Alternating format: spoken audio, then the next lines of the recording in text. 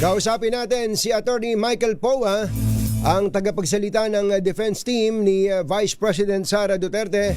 Attorney Poa, magandang morning. Si Katunying po ito, minus Jerry. Magandang morning din po, Katunying. Magandang umaga po sa ating mga kababayan. Opo.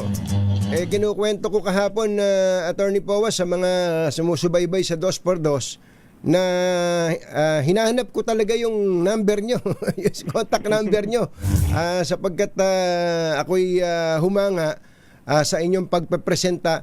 Not necessarily sang-ayon ako sa inyong posisyon, pero how you presented yourself at yung po inyong mga argumento, yung po yung kahanga-hanga, at hindi naman kayo lamang, pati na rin po si Attorney Chel Jokno. Okay, first things first, Attorney Poa, sa mga nanonood po at nakapanood po noon at mga nakikinig naman ngayon, kayo po ba merong teleprompter noong kayo ay nagdidiskurso doon sa Senate Impeachment Court? Katunying, unang-una sa lahat, gusto ko magpasalamat sa iyo. No? Isang karangalan, yung marinig yung mga ganong salita, lalong-lalo na galing po sa inyo, na talagang batikan at veterano na. No? Sa pinapakinggan po kayo, napakatagal na napakinggan. Parang nakakatanda pala yung veterano. No? Hindi po. Okay na po, okay na po. Talagang napaka-experience na. At definitely, wala naman po tayong teleprompter. Wala po kasing ganong, unang-una, wala kaming ganong technology sa defense team. Pangalawa po, hindi, wala naman po kaming ganun na sinet up at I don't know kung papayagan kami mag-set up ng ganun sa Senado. Opo. So talagang yung inyo pong diskurso noon ay ano ba yun? Kinabisado nyo? Pinractice nyo? Gaano katagal, attorney? Ito po, kwan lang po ito, doon sa mga observant, sigurado po ay pareho kami ng na-obserban. Go ahead po. Opo, syempre naman po, no, nag-practice din talaga tayo. Ano naman po yan, no? I think each lawyer has his or her own style, no? So, sa atin po, kasi sa totoo lang, medyo nade-distract kasi ako pag may mga, kunyari may kopya ako, no, may papel kung saan nakasulat yung sasabihin ko dahil syempre kung meron tayong papel nate-tempt tayo na tumingin sa papel at ang problema po kasi doon pag medyo nawala tayo sa timing o nawala tayo sa linya, mahirap nang hanapin, no? Mahirap nang mag-recover. That's why naging kaugalian ko lang po talaga na either kabisaduhin or may structure man lang po ako sa aking isip at doon na lang po magfo-flow dahil lalo na po pag ganyang trial, minsan kasi biglang may may interruption or baka biglang may hindi ko kasi alam hindi ko na-expect kung ano, hindi ko ma-expect kung ano yung mangyayari sa oral arguments. Baka may biglang magtanong at pag ganun baka ma-distract na ako at ma-discarril at mawala sa aking sabihin. That's why yun po yung nangyari. But again, po yan, personal preference po yan. In fact, nakita niyo naman po yung kay Congressman Diokno na napakaganda rin ng kanyang naging mga statements dun sa kanyang oral arguments and we really have to give him that in the prosecution. At tayo po, sa totoo lang talagang isang malaking karangalan din po na ang naging opposing nun ay si Congressman Diokno because I really have the utmost respect for him bago pa naman nagsimula itong impeachment na ito. Opo. But of course, maliban po dun sa parang you were speaking from your heart last Wednesday, ay yung manner, yung paraan ng inyong pag-deliver na sabi ko nga po kahapon nakakatuwa na for a change ay hindi nagbabastusan yung opposing parties at malumanay. Akala ko nga ako lang nakapansin habang nanonood ako nung trial. Pero nung hindi rin siguro napigil ni Presiding Officer Chis Escudero yung kanyang sarili binanggit din niya yung pong kaparehong obserbasyon. Ganyan lang po ba talaga kayo, yan ba talaga ang karakter ninyo at yung paraan ninyo ng pagsasalita, attorney? Well, Katunying, sa totoo lang, tao lang tayo, so minsan umiinit din talaga yung natin. Lalo na pag medyo talagang heated, yung nagiging debate. Although, nangyari naman kasi siguro, para lang ma-explain ko po, syempre naging spokesperson tayo. So, nakita ko yung importansya na maging lang tayo malumanay at huwag magpadala sa emosyon pagdating sa mga talumpati, pagdating sa mga pahayag. Pangalawa, very different po kasi yung nangyari nung Miyerkules. Oo. Yun po ay oral arguments, no? So, nabigyan tayo ng oras na may lahad lang yung ating posisyon. But syempre, pagdating naman sa trial proper, kung saan meron talagang cross-examination, direct examination, minsan hindi kasi talaga naiiwasan na magkaroon ng medyo mainit na balitaktakan. Kaya po, in fairness to all the lawyers on both sides. Po, nauunawaan po natin yon. Attorney, as a background, kayo po ba matagal nang magkakilala ni VP Sara? Like, sabay ba kayo lumaki o pareho ba kayo eskwelahan? Paano po ba?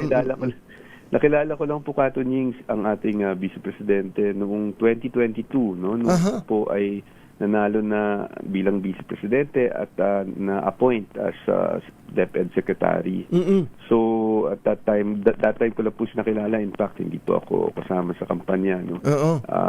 Ganun, ha? Based apolitical, no? Before, galing po akong GSIS. So, at ako po ay taga Manila, no? Hindi po ako taga Davao. So, hindi kami nagkaroon ng pagkakataon na magkakilala until nung nung naghahanap siya ng spokesperson nung 2022. Opo. So, eto na meron po kaming research pala dito. Kayo pa si VP Sara ay San Sebastian nagtapos. At kayo ay UP College of Law at kayo pala ay top of your class.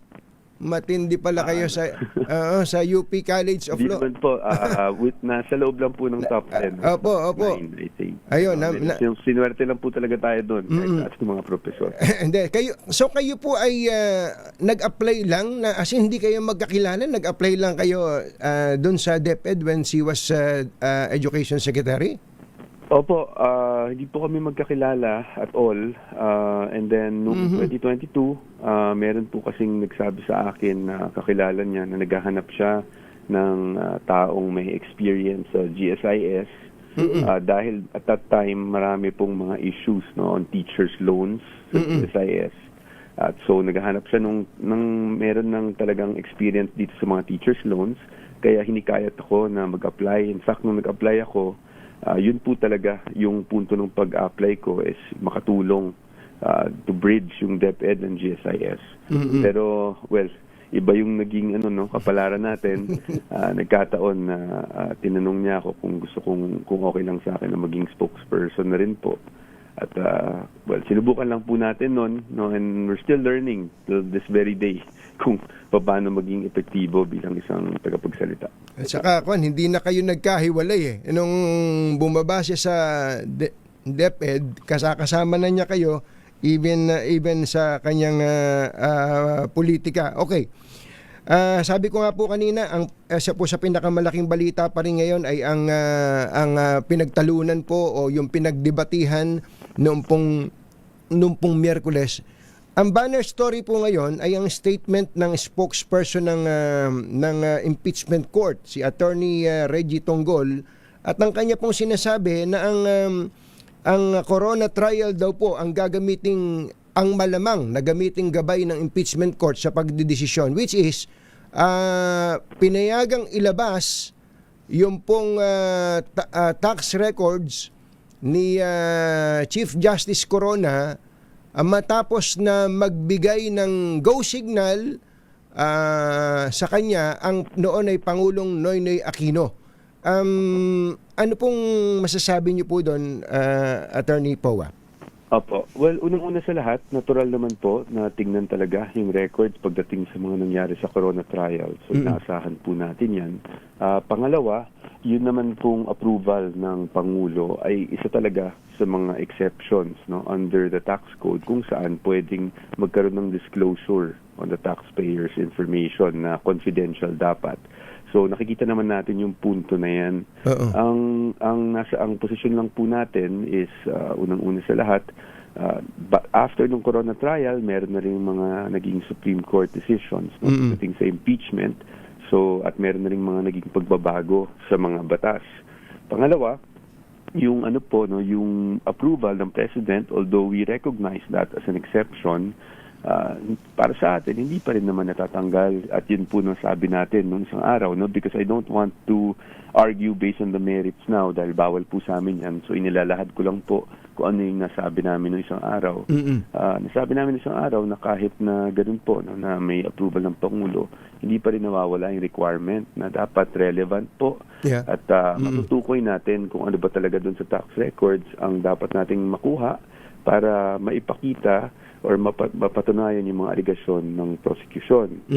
Yun lang naman po yung ating saloobin at yun din po yung ating posisyon nung tayo'y sumapak dun sa oral argument. Pero kung halimbawa po, halimbawa at pumayag o may approval si Pangulong Marcos sa BIR Commissioner na buksan yung tax records o yung box na, yung BIR box.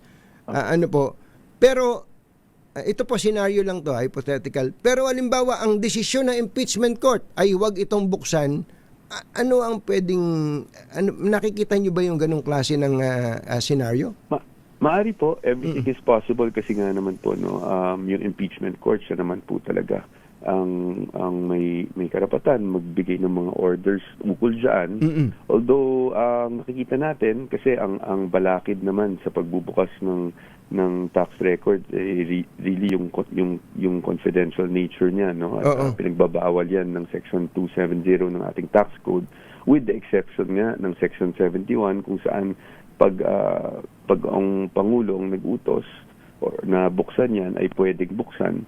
Pero as tingin ko po magiging yan din po yung magiging kumbaga issue na pagdedebatihan sa Monday, whether it be questions posed to council or pagdedebatihan din ng ating mga senator judges. So medyo mahirap lang po, no, magsabi kung mag-anticipate or mag-speculate kung ano ang gagawin ng impeachment court dito. Pero ganun pa man, ang trabaho lang po natin, may ilatag natin yung position natin for their guidance. Okay. I'm sure na-examine nyo na rin po siguro kung ano ang laman ng kahon ng BIR box po na yan. Tapatin nyo nga po ako, meron po bang incriminating na laman yung BIR box? Kasi kaya po ganun ang tanong ko. Naalala nyo dati, nung impeachment po ni Presidente Joseph Estrada, ang naging mitya ng lahat, 'di ba? Naalala niyo yung envelope, yung brown envelope na nagbotohan po ang mga second envelope, nagbotohan po yung mga senador doon at siyempre inilaban ng kampo ni Presidente Erap Estrada na hindi ito dapat buksan, only to find out later na yung palang laman ng second envelope, dahil binuksan po yun, nandun po ako nung binuksan na nung nag-acting president na si Gloria Macapagal Arroyo, binuksan po out of curiosity ni noon ay Senate President Nene Pimentel. Kamukat-mukat mo, yung palang laman ng kahon, nung second envelope, imbes na maging incriminating, makakatulong pa sana kay Presidente Estrada sa kanyang defense. Hindi ko kaya ito, ang laki-laking usapin nito, parang ang dating ayaw niyong pabuksan dahil sa baka mapahama kayo. Baka nga at the end of the day, ang mangyari, makatulong pa ito sa inyo. Opo. Kazanying, pagpasensya niyo na po siguro ako. Although, syempre po, napag-aralan na namin yung mga bagay na yan. Hindi ko po kasi maipahayag kung sa pananaw namin ay may incriminating o wala dahil we will delve on the merits. Yes, baka po tayo ay ma-contempt. Dahil bawal po under Rule 18 ng impeachment court. But sa atin lang po, no, ang parati natin sinasabi, we are not here to suppress anything. Hindi naman po kami natatakot sa mga dokumento kung ano man yan. Kami po ay kumbaga confident po sa aming defense at sa aming theory of the case. Ang problema lang po dito, gusto lang namin mailahad, no, ang aming posisyon na may mga batas na nagbabawal. At hindi lang po to para sa respondent ngayon, which is the Vice President. Para rin po to, no, sa lahat ng impeachable officers. Kasi hindi naman po malayo na hindi ito ang huling magiging impeachment proceeding sa Pilipinas.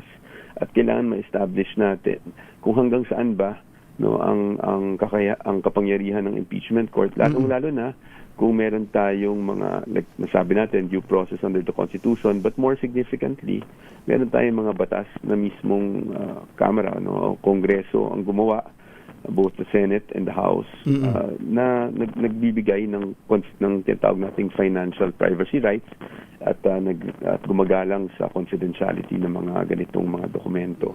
So yun lang naman po yung ating punto. But although yung yung on the merits mismo and yung ayoko kasing naiintindihan po natin yan. Naiintindihan po natin yan.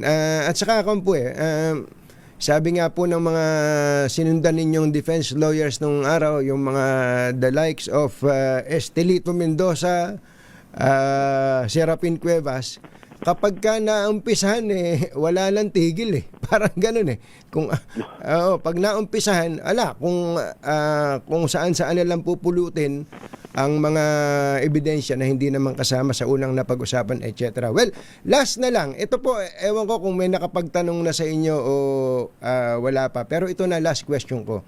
Naniniwala po ba kayo na inosente si VP Sara? Opo.